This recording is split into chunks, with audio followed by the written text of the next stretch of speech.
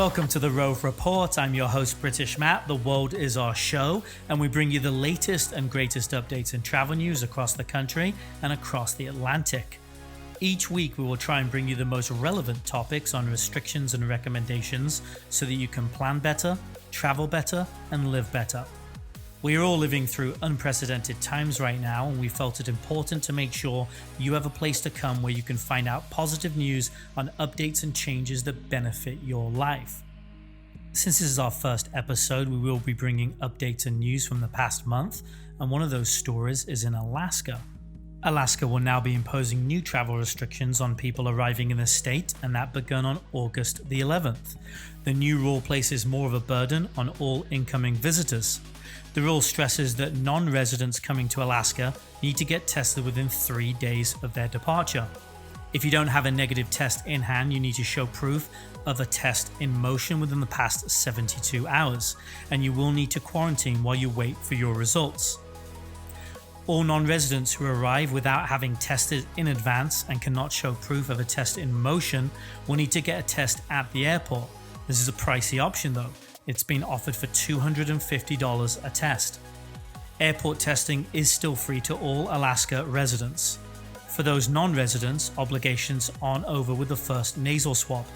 Everyone, even those with negative test results, are instructed to follow strict social distancing for 14 days after arriving. The bottom line, everybody should get a test result within 3 days of traveling to Alaska, or at least have a test in motion. If you have neither of the above, you'll need to get a test at the airport, but remember, a very pricey option, $250. Hawaii are now requiring tourists to fill out what's called a Safe Travels application. This is their continued effort to keep the state's coronavirus positive numbers to a minimum. Hawaii will now require all visitors to fill out a Safe Travels application starting Tuesday, September the 1st. Filling out this application will be mandatory. The governor is pleased to announce that they have launched a digital app which will allow all travelers to provide their required health and travel information prior to arriving at the airport. Hawaii has been proactive in trying to keep the virus at bay when visitors come to the islands. They've extended their requirement for a 14-day quarantine for visitors upon arrival several times, and it now runs until October the 1st. Earlier in the month, they began taking temperatures of arriving passengers, and last week announced it will be moving forward with a facial recognition plan to further help identify visitors who might have contracted COVID-19. How the application works is like this. Visitors complete the Safe Travels questionnaire online and then receive a QR code. An airport screener uses an iPad to read the code and is able to review passenger information for clearance or instruct a secondary screening. Once a traveler's information is in the system, it can be used by officials, including the police, to check on visitors who are required to quarantine for 14 days. State officials say they will not be including a GPS device to track travelers, so if you're staying in a hotel or Airbnb and you hear a knock at the door, fear not, that's not Ryan Gosling and Blade Runner, it's likely Uber Eats or room service. We hope you have a great time in Hawaii, and please check in with the show weekly for any further updates. 4 new states land on the quarantine list as New York County debuts their new enforcement measure. These 4 states include Delaware, Maryland, Ohio, and West Virginia. This now brings the total number of affected US states to 35. This is the latest measure the mayor has introduced to help enforce the tri-state quarantine order, which requires travelers from US places with high viral rates to self-isolate for 14 days upon entering either New York, New Jersey, or Connecticut. They've authorized random vehicle checkpoints and ordered hotels to deny travelers room access if they refuse to fill out the form. As part of the enforcement operation, teams will be stationed at airports statewide to meet arriving aircrafts at gates and greet disembarking passengers to request proof of completion of the State Department and Health Traveler Form. It's being distributed to passengers by airlines prior to and upon boarding or disembarking flights to New York State. They've said that 20% of New York City's COVID-19 cases have stemmed from out-of-state travel. Travelers who land at New York airports from one of the hotspots must also fill out a form or potentially face a $2,000 fine.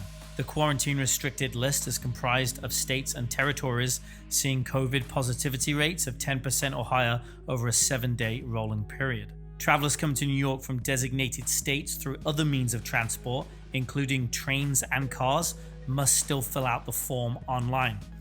What qualifies the states on this list is all based upon a 7-day rolling average of positive tests in excess of 10% or number of positive cases exceeding 10 per every 100,000 residents. Under the 14-day quarantine travel advisory announced by the governors of New Jersey, New York, and Connecticut, individuals traveling to or returning to New Jersey from states with increasing rates of COVID-19 are advised to self-quarantine for 14 days. This includes travel by train, bus, car, plane, and any other method of transportation. The requirements of the travel advisory do not apply to any individual passing through designated states for a limited duration. A limited duration is less than 24 hours through the course of travel. Examples of such brief passage include, but are not limited to, stopping at rest stops for vehicles, buses and/or trains, or layovers for air travel, bus travel, or train travel. In an update to the airline industry, United Airlines a couple of Sundays ago decided to eliminate the exorbitant fees when you request a change in ticket. It's no surprise to see airlines doing everything they can to get more passengers on planes. The number of people getting on an airplane since March dropped to just 5% of capacity at one point compared to last year. Even now, nearly 6 months later, capacity is still only hovering at about 30%. In what some see as a brilliant public relations move by United Airlines, more and more airlines are looking to try and swap revenue for goodwill. Even Southwest Airlines, which allow you to check 2 bags for free and does not have any change fees, nonetheless led the industry in 2018 by earning $18 out of every $100 collected from their fees. United's decision and the expected similar moves by fellow airlines will go a long way towards bringing back customers who now, more than ever, are on the fence about flying. It's fantastic to see airlines remove yet another obstacle to flying, and now anyone that has a last-minute change, you won't have to worry about the exorbitant costs associated with it. Just a few weeks before the current border closure agreement between the US and the southern neighbor is set to expire, the US State Department has now downgraded its travel warning for Mexico. The entire country is no longer under a level 4 do not travel warning. Instead, the State Department is listing Mexico's new status as level 3 reconsider travel, along with specified advisories for individual regions. This is a major loophole in both the border closure agreements between Mexico and Canada. They only pertain to the land and water borders. Travelers can still fly over the border. Americans are welcome in Cancun and Cabo San Lucas, even without a negative COVID-19 test or quarantine. In terms of Cancun, since having formally reopened for tourism on June the 8th, the Mexican Caribbean has seen several hotels, parks, tours, entertainment, and restaurants restart operations with new internal health and hygiene protocols to ensure the safety of all guests. Cancun was one of the first ever destinations in the Americas and one of the first few in the world to receive the Safe Travels Global Safety and Hygiene stamp from the WTTC.